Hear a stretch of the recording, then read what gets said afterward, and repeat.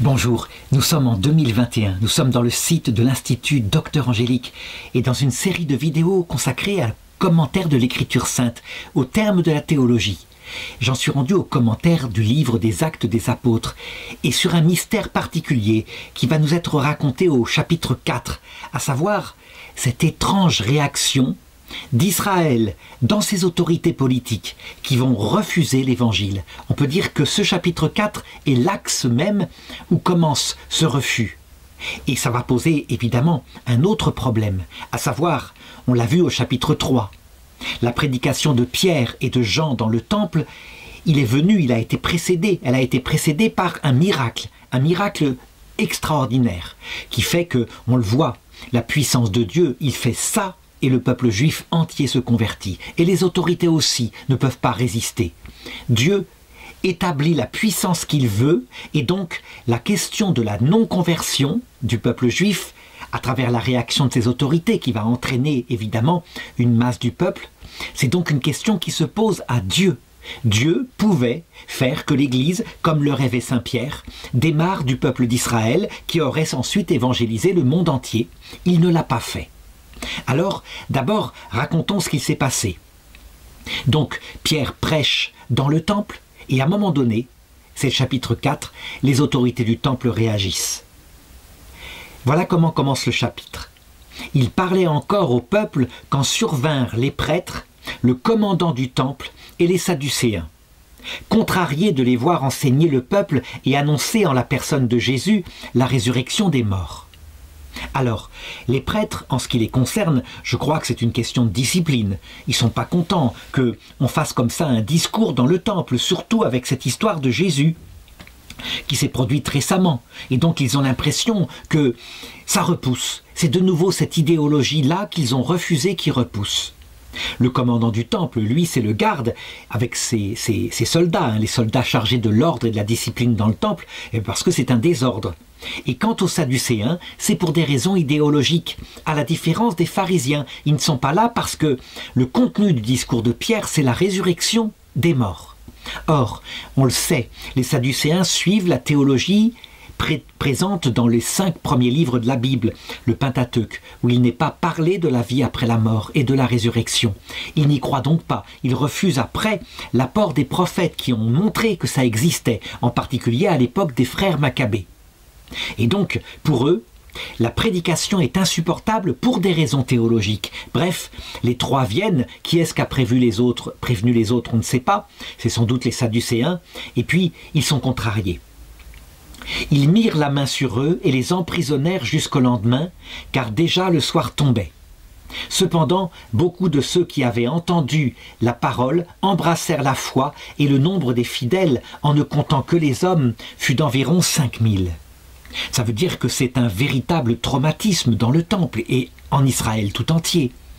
Je dirais, ce qui s'est passé 50 jours plus tôt, la crucifixion de ce Messie, celui qu'on croyait être le Messie, que les prêtres ne croyaient pas être le Messie, a bouleversé le peuple. Et donc maintenant qu'il y a prédication avec des guérisons, eh bien, beaucoup de braves gens, de gens simples du peuple, deviennent chrétiens. Et attention, à cette époque-là, en devenant chrétien, on reste juif. Ce n'est en aucune façon sorti du peuple juif, c'est simplement l'adhésion à une nouvelle pensée, quelque chose de plus qu'a été apporté par celui qu'on croit être le Messie. Je l'ai dit, au point de départ, eh bien, il n'est pas question de quitter Israël. Israël, d'ailleurs, a toujours développé sa théologie de manière croissante. Ça veut dire que la théologie, effectivement, à l'époque de Moïse, n'est pas la même que celle des frères Maccabées, qui, eux, parlent de la vie après la mort, qui s'expriment d'ailleurs en grec, tout en combattant les excès que la civilisation grecque veut leur imposer.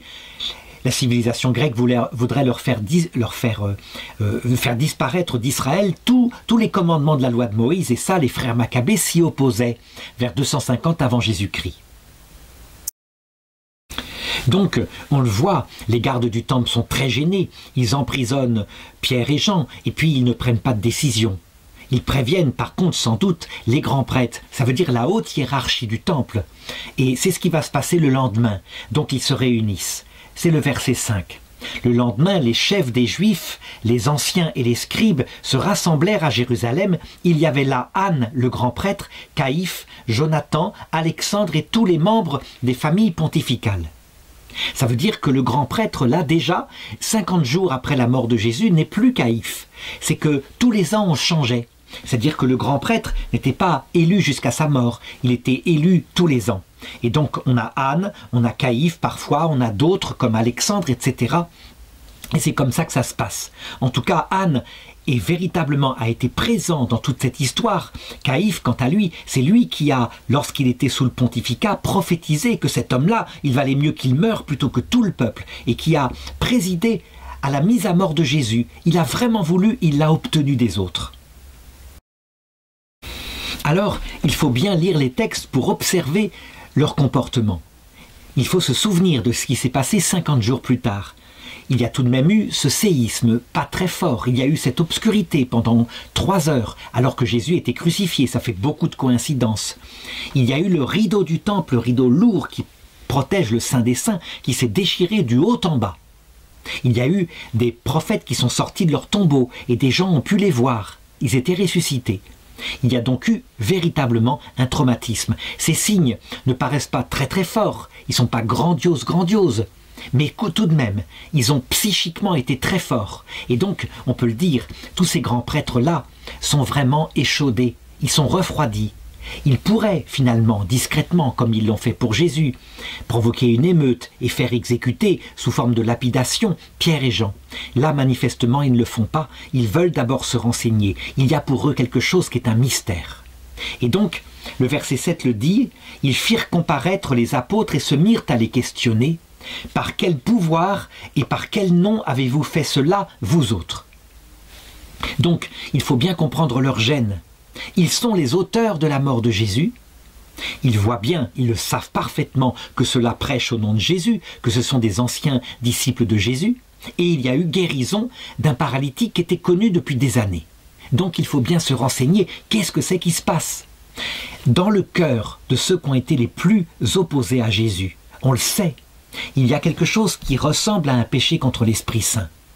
Je veux dire que les prêtres qui étaient présents à l'enterrement de Lazare, et qui ont rapporté au grand prêtre de Jérusalem le miracle de sa résurrection, savent très bien qu'il y a quelque chose là qui ne peut venir que de Dieu.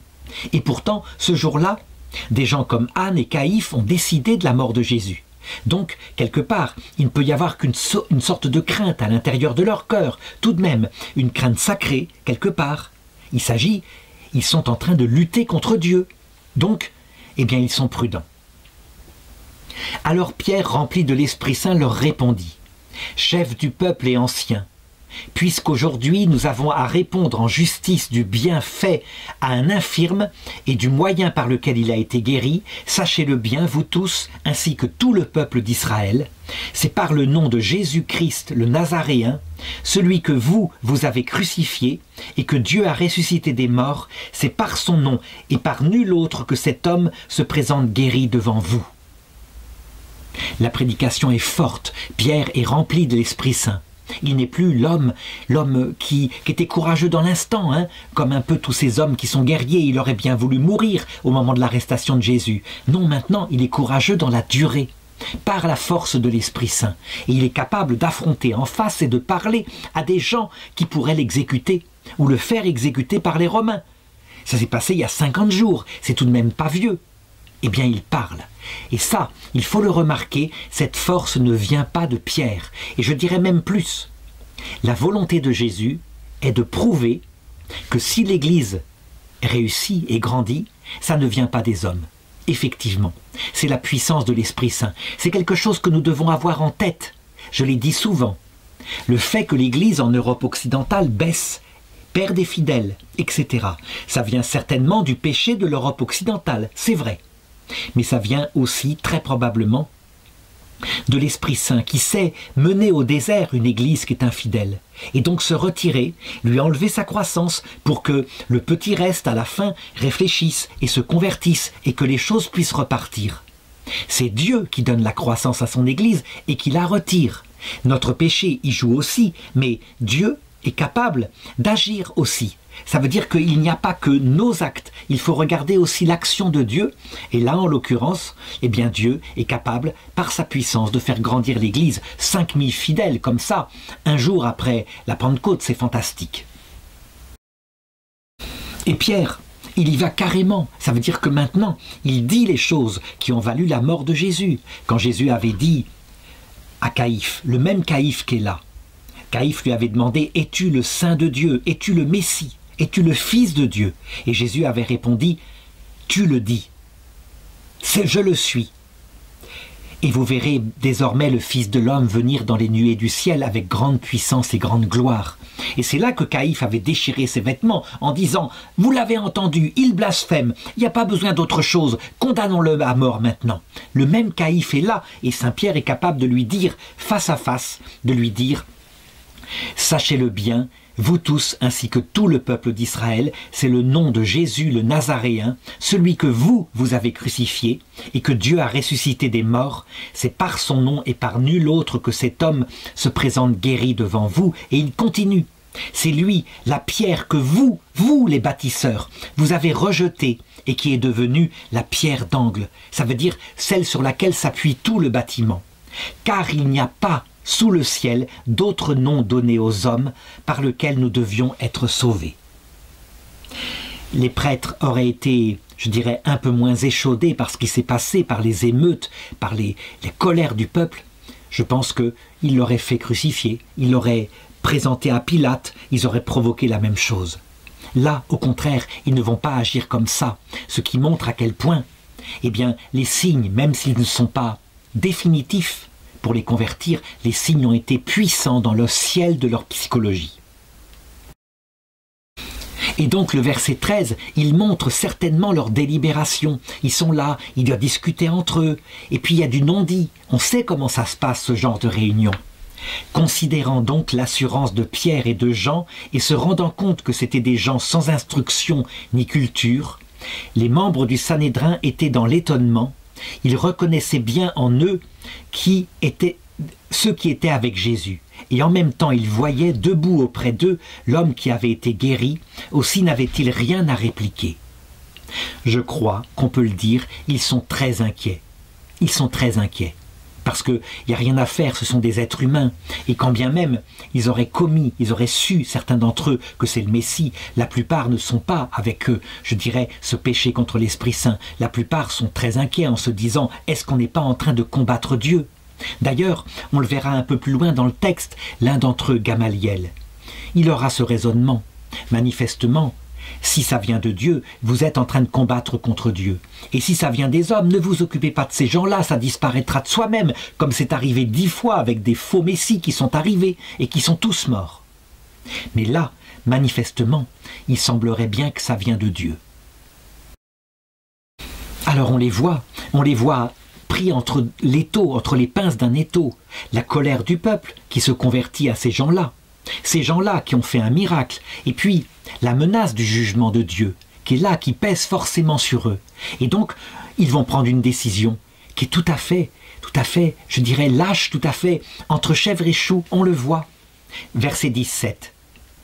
Mais pour que cela ne se répande pas davantage dans le peuple, empêchons-les, par des menaces, de parler désormais à qui ce soit en ce nom-là. Et ils les rappelèrent donc et leur défendirent de souffler mot et d'enseigner au nom de Jésus. Et alors le verset précédent montre comment ils se réunissent en catimini entre eux. C'est le verset 15. Ils les firent alors sortir du Sanhédrin et se mirent à délibérer entre eux. Et ils disaient, qu'allons-nous faire de ces gens-là? Qu'un signe notoire ait été opéré par eux, c'est trop clair pour tous les habitants de Jérusalem et nous ne pouvons pas le nier.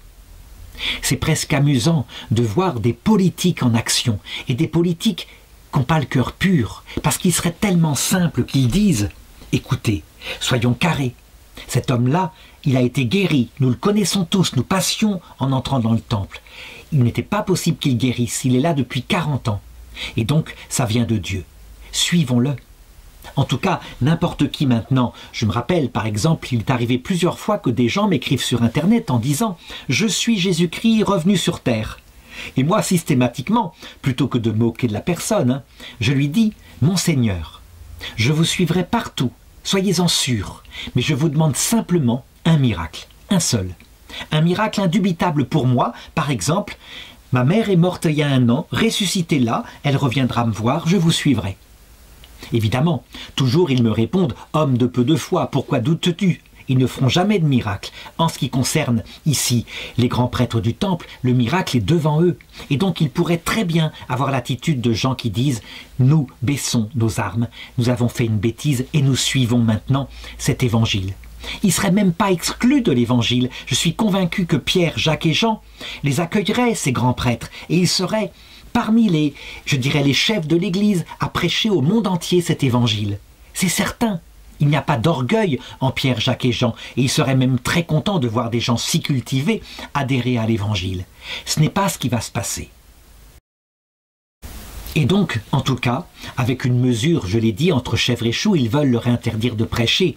Et alors Pierre va avoir le courage de répondre ce qu'il faut.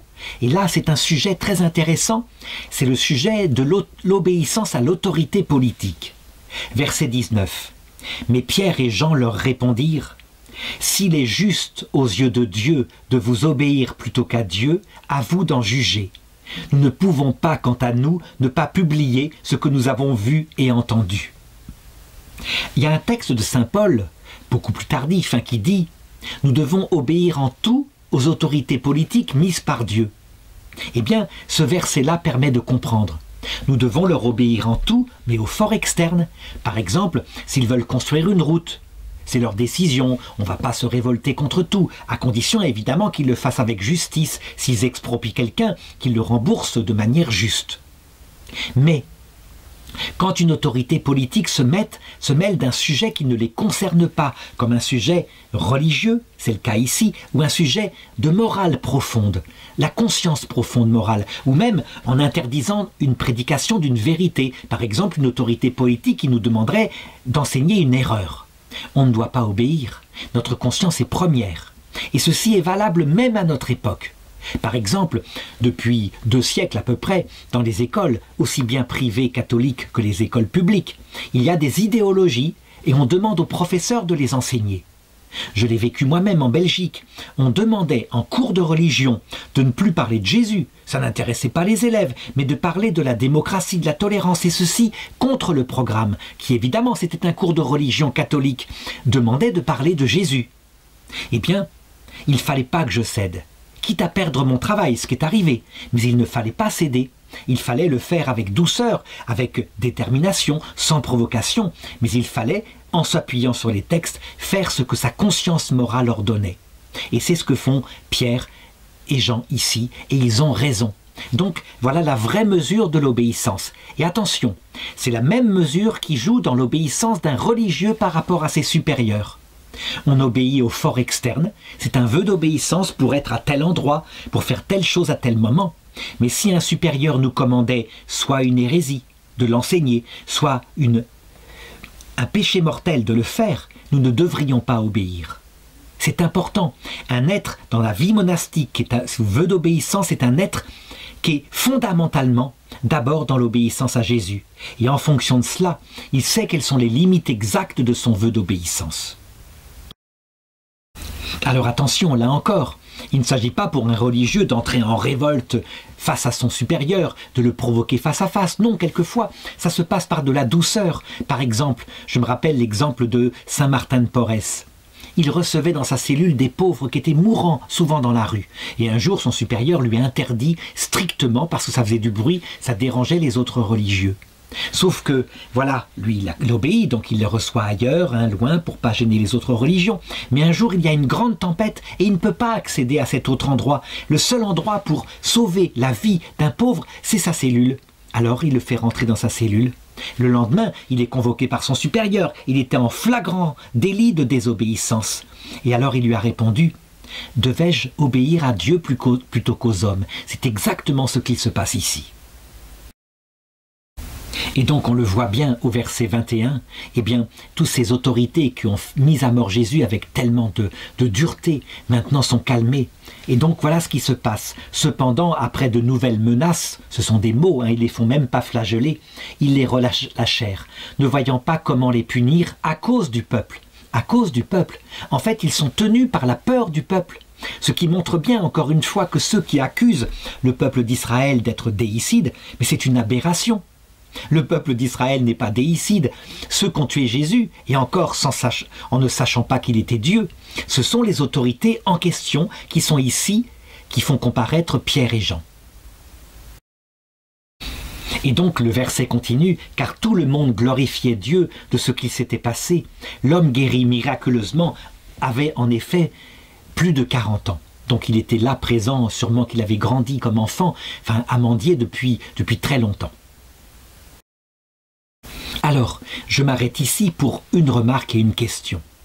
Je l'ai montré au début de cette vidéo, Dieu, il suffit qu'il apparaisse, que Jésus apparaisse au milieu de cette réunion, dans sa gloire, lumineux, comme il est apparu à Pierre, Jacques et Jean lors de sa transfiguration, et les grands prêtres, sauf ceux qui sont en état de péché contre l'Esprit Saint, se prosternent, ils cèdent. C'est évident. Jésus ne le fait pas. Il faut donc se demander pourquoi. Je l'ai raconté dans la vidéo précédente, les apôtres pensaient sincèrement que la puissance des miracles ferait que le peuple juif serait le prédicateur du monde entier. Il ne le fait pas, Jésus, pour une raison que nous maintenant nous connaissons en théologie, mais que déjà saint Paul dans l'épître aux Romains a développée. Manifestement, le plan de Dieu n'est pas notre plan. Cela se réalisera. Un jour, Israël prêchera le Christ. Mais Dieu le garde pour la fin du monde, comme un grand signe. Ça veut dire que pour le moment, une partie du peuple fonde l'Église, une partie du peuple juif reste juif, une troisième partie va être tuée par les Romains 40 ans plus tard lors de la ruine de Jérusalem. Mais ce parti du peuple, un tiers des juifs, va rester juif pour être un grand signe, donné à l'humanité, le signe identique à celui qu'il est depuis l'époque d'Abraham, un signe sensible de ce que Dieu fait dans nos cœurs, à travers l'histoire d'Israël, qui va être déporté 1800 ans dans toutes les nations, puis qui en 1948 reviendra dans sa terre, puis d'autres étapes auront lieu jusqu'au retour du Christ.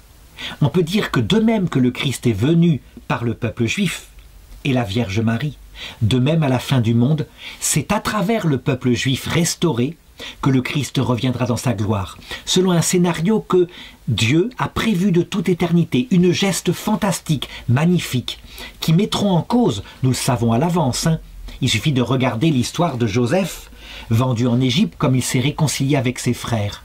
Les autorités du peuple juif reconnaîtront cette fois Jésus comme le Messie. Les détails, nous ne les avons pas, mais nous savons que c'est quelque chose qui sera grandiose, et donc il faut s'y préparer. Contempler cette volonté de Dieu qui ne permet pas, pour le moment, que le peuple juif, par ses autorités, se convertisse, même si au cours de l'histoire, des milliers, des dizaines de milliers de juifs sont devenus chrétiens. Saint Paul, en parlant de ce mystère, dit « Ô abîme de la sagesse, de la richesse du cœur de Dieu, que tes volontés sont impénétrables. » En réalité, elles sont tout à fait pénétrables. Il garde ce peuple-là parce que son histoire matérielle parle aux gens qui ont besoin de réalisations sensibles pour comprendre comment Dieu façonne notre cœur et le mène à la vie éternelle. L'Israël, c'est un symbole avec Jérusalem au centre de nous, de notre propre vie, de notre propre corps, avec au centre le cœur où habite Dieu.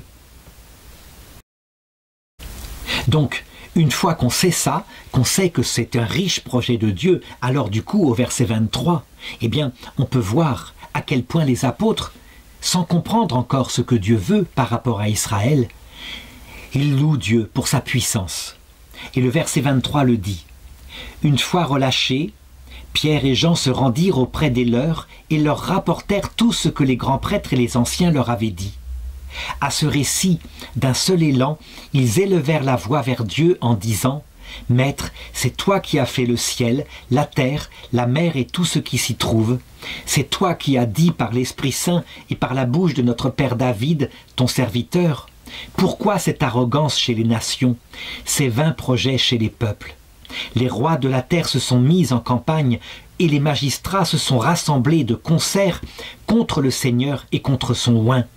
Oui, vraiment, ils se sont rassemblés dans cette ville contre ton saint serviteur Jésus, que tu as oint, Hérode et Ponce Pilate avec les nations païennes et les peuples d'Israël pour accomplir tout ce que, dans ta puissance et ta sagesse, tu avais déterminé d'avance. » Donc, confusément, sans même en comprendre encore le scénario final, Pierre, Jean et les autres, parce qu'ils voient la puissance de Dieu, entrent en louange.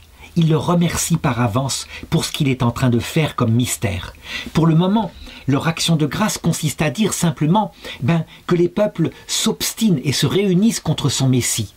Ils ne réfléchissent pas à la question que j'ai posée. Pourquoi Jésus, qui est tout-puissant et qui peut faire maintenant des enfants pour Israël céleste avec ses chefs des Juifs, pourquoi il ne le fait pas? Ils ne réfléchissent pas à cela pour le moment, ils se soumettent à la volonté de Dieu comme des enfants qu'ils sont. C'est plus tard, avec la maturation de l'Église, qu'on comprendra ce que je viens d'expliquer. Et donc, les apôtres qui sont des personnes simples, qui n'ont pas de telles questions intellectuelles, comme par contre les saint Paul les posera, eh bien, ils demandent simplement, de manière pratico-pratique, que le Seigneur continue de les soutenir. Et ils ont confiance que, le peuple continuera de se convertir. À la rigueur, c'est à la volonté de Dieu. Si tous les Juifs sont convertis et que seules les autorités ne le sont pas, ils finiront peut-être par suivre. C'est peut-être ce qu'ils se disent, avec un tel ratio, une telle multiplication des conversions.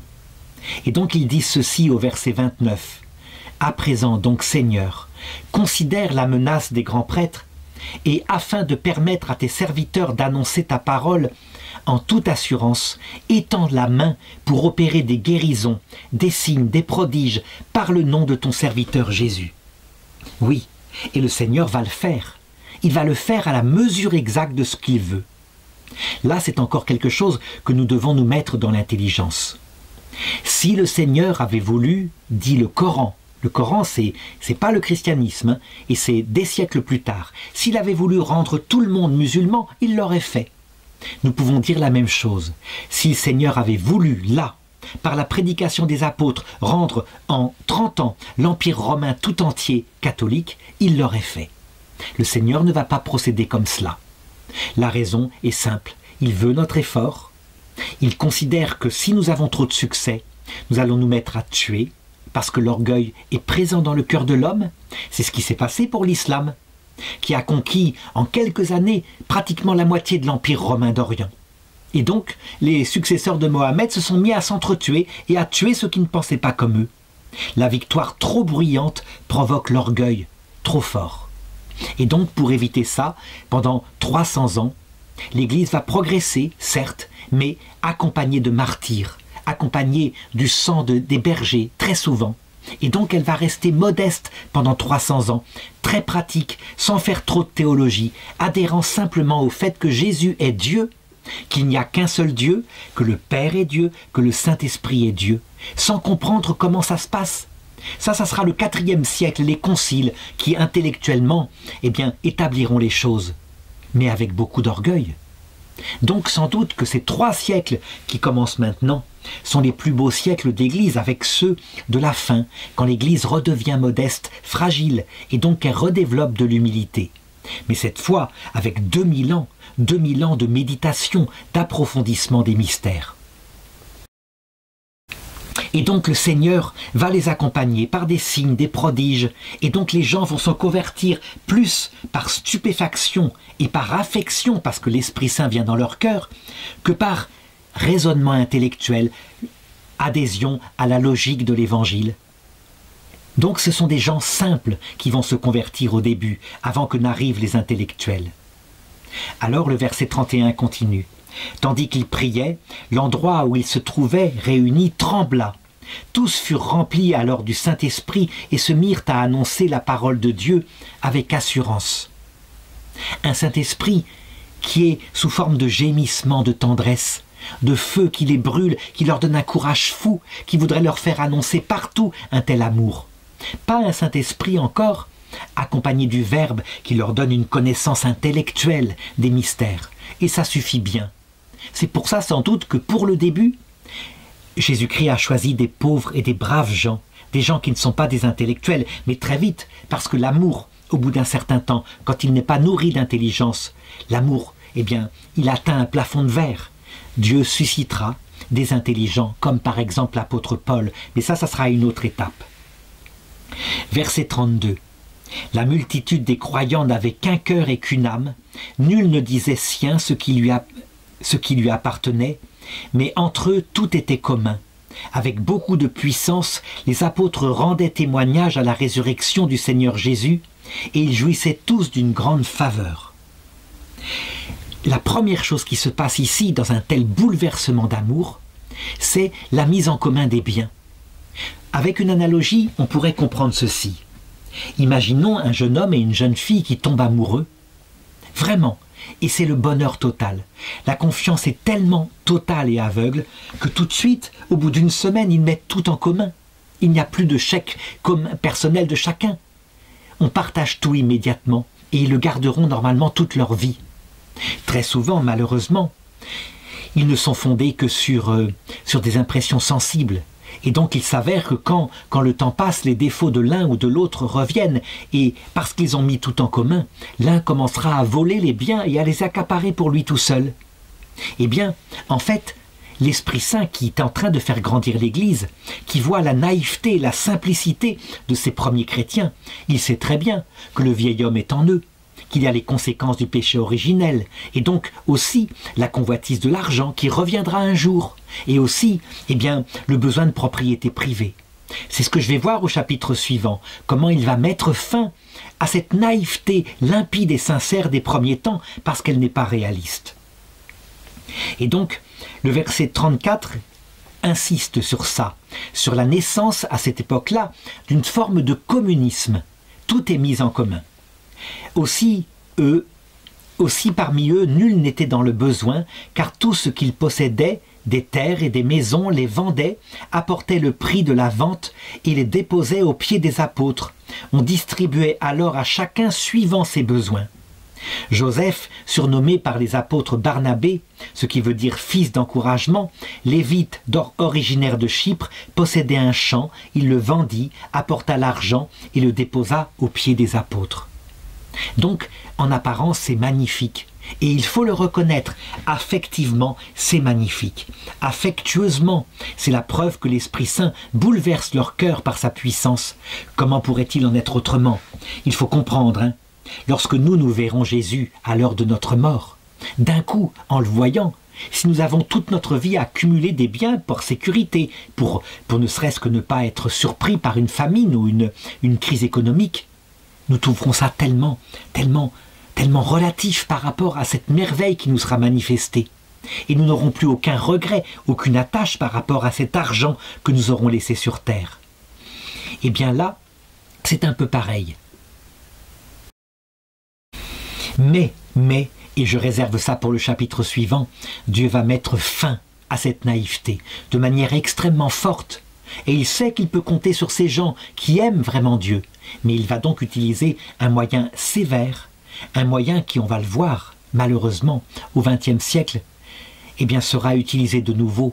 Le communisme reviendra à cause d'un christianisme dévoyé, coupé de Dieu, et fera des millions de morts. Il fallait donc, dès le départ, c'était une tentation, que cette pureté du cœur n'aboutisse pas à quelque chose qui est contre nature tout de même.